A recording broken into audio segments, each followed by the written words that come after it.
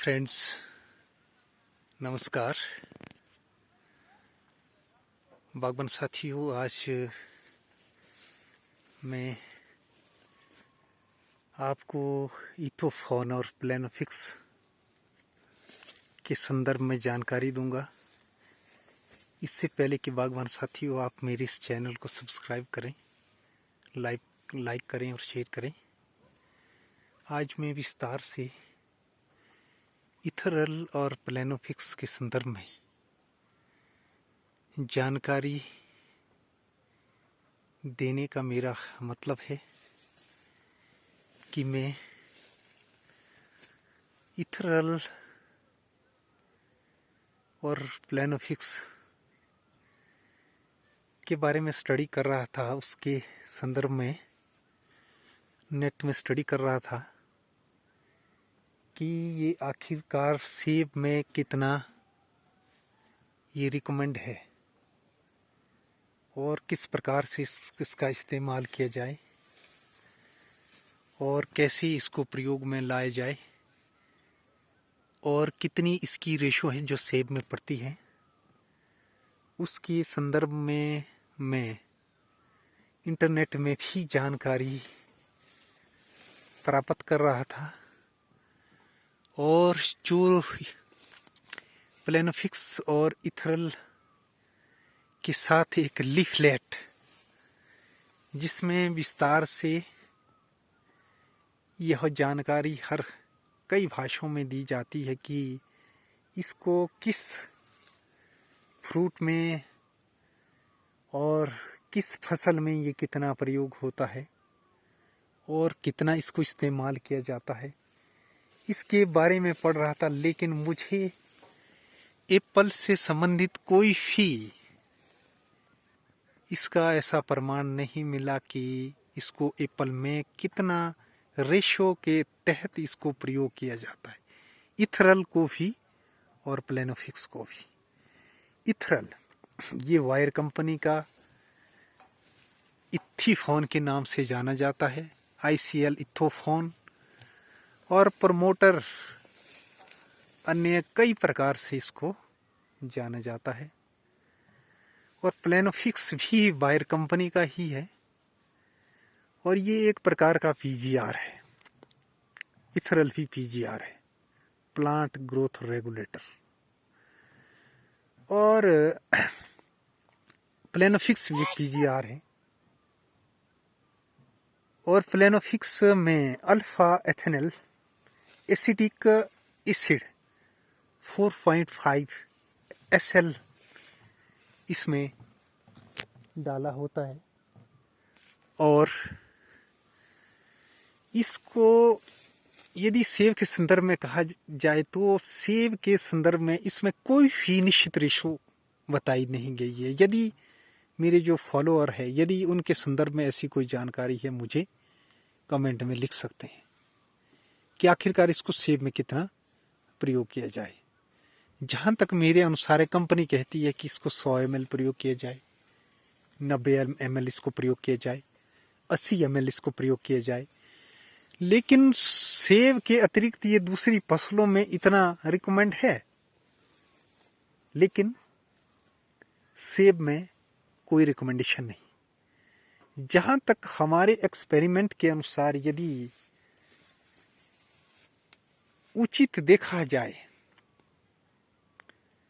तो ये 80 और 90 या 100 ml सेब में उचित नहीं, क्योंकि यदि प्लेनोफिक्स की भी अधिक मात्रा इथरल के साथ प्रयोग किया जाए, उस दशा में भी सेब के ड्रॉप होने के चांस अधिक बढ़ जाते हैं।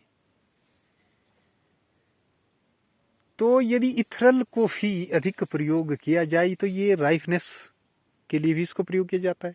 प्लेनोफिक्स को भी राइपनेस के लिए प्रयोग, वैसे तो प्लेनोफिक्स का प्रयोग आई थिंक प्री फ्लावरिंग में इसका प्रयोग अधिक उचित माना गया, क्योंकि इसमें ऑक्सीन है, ऑक्सीन हार्मोन्स है। इसमें जेबरिलिक एसिड नहीं है कि उसमें NAA है, अल्फा नेथनिल एसिटिक एसिड 4.5 SL के रूप में इसमें है। ये ऑक्सिन्स हार्मोन्स हैं। इसको प्री फ्लावरिंग में भी ये आई थिंक काफ़ी अच्छा जो है ये फ़ायदा दे सकता है। तो बागवान साथियों, हम इसको प्रयोग करते हैं कलर की डेवलपमेंट के लिए। तो जहाँ तक कलर की डेवलपमेंट के लिए मेरे कहने का जो मतलब है, इसको कलर की डेवलपमेंट के लिए इसको आई थिंक 45 से 65 ml ही प्रयोग अनुसार इसको प्रयोग करना उचित रहेगा। क्योंकि यदि 90 से 100 ml इसको डालेंगे तो आई थिंक यदि जल्दी ही 8-10-12 दिन के अंदर यदि सेब कंट्रोल नहीं हुआ तो ड्रॉपिंग के चांस अधिक बढ़ जाते हैं। इसीलिए इसकी यदि बिल्कुल भी इसको ना डाला जाए तभी ड्रॉपिंग के चांस बढ़ जाते हैं। यदि इसकी मात्रा जो है थोड़ा ज़्यादा भी डाली जाए तो तभी इसकी ड्रॉपिंग के चांस अधिक बढ़ जाते हैं। इसलिए बागवान साथियों, तो इसकी उचित डोज 45 से 65 ml के बीच इसको आप 200 लीटर पानी में इसको प्रयोग में ला सकते हैं। और इथीफॉन की बात करें तो ये एक पीजीआर है, प्लांट ग्रोथ रेगुलेटर है। तो इसको आई थिंक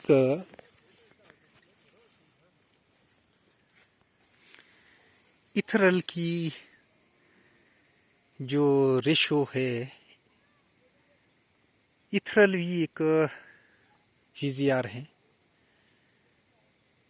इसका प्रयोग अन्य फसलों में भी किया जाता है। सेब का मैं देख रहा था इंटरनेट में भी,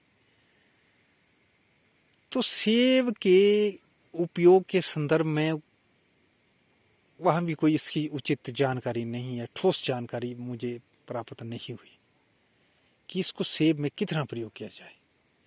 तो बागवान साथियों के अपने अनुभव के द्वारा या किसी कंपनी वाले ने किसी शॉपकीपर को बोला होता है कि इतना इसको प्रयोग करें, इतना इसको प्रयोग किया जाता है, लेकिन कोई उचित जानकारी इसकी नहीं है। लेकिन यदि बागवान साथियों मेरे अनुसार यदि मैं बात करूं तो इसको जब हमारे फ्रूट्स में लगभग 60 to 80% यदि कलर आ जाए उसके बाद ही उपयोग करना उचित रहेगा। यदि उससे पहले इसको प्रयोग किया जाए तो फ्रूट राइपनेस की तरफ जाएगा और पीला हो जाएगा, फ्रूट के खराब होने के चांस अधिक हो जाते हैं। यदि इसकी रेशो कम डाली जाए वो 80% पर, 70 या 80% पर, तो उस दशा में सेब खराब नहीं होगा बल्कि कलर एनहांसिंग होगी, पिगमेंटेशन होगी, अच्छा कलर होगा। तो आई थिंक मैं सोचता हूँ बागवान साथियों कि इसको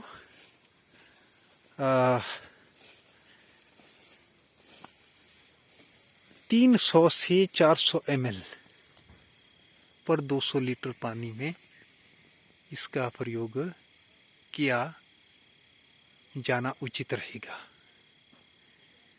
क्योंकि रेशो की कोई ज़्यादा जानकारी नहीं, वो डिपेंड करता है बागवानों की कि उसने कितने दिन बाद सेब को हार्वेस्ट करना है। यदि वो चाहता है उसके पास 15 से 20 दिन का समय है तो वो 200 ग्राम से 250 ग्राम भी प्रयोग कर सकता है। यदि वो चाहता है 10 दिन में तो 300 से 350 ग्राम। यदि वो चाहता है कि हफ्ते के अंदर वो अपना हार्वेस्टिंग अपना तोड़ाना शुरू करें तो इस दशा में वो जो है 350 से 400 ml भी अपने प्रयोग में ला सकता है। तो बागवान साथियों मेरे इस चैनल को सब्सक्राइब ही करें। और मैं इसमें आज जो मेरा विषय था विशेष तौर पर प्लेनोफिक्स ऑक्सिन्स के संदर्भ में, ऑक्सिन हार्मोन के संदर्भ में और इथरल पीजीआर के संबंध में मैंने आज विस्तार से बागवान साथियों को जानकारी दी। तो अगली वीडियो में एक नई जानकारी के साथ आप लोगों के मध्य आने का प्रयास करूंगा।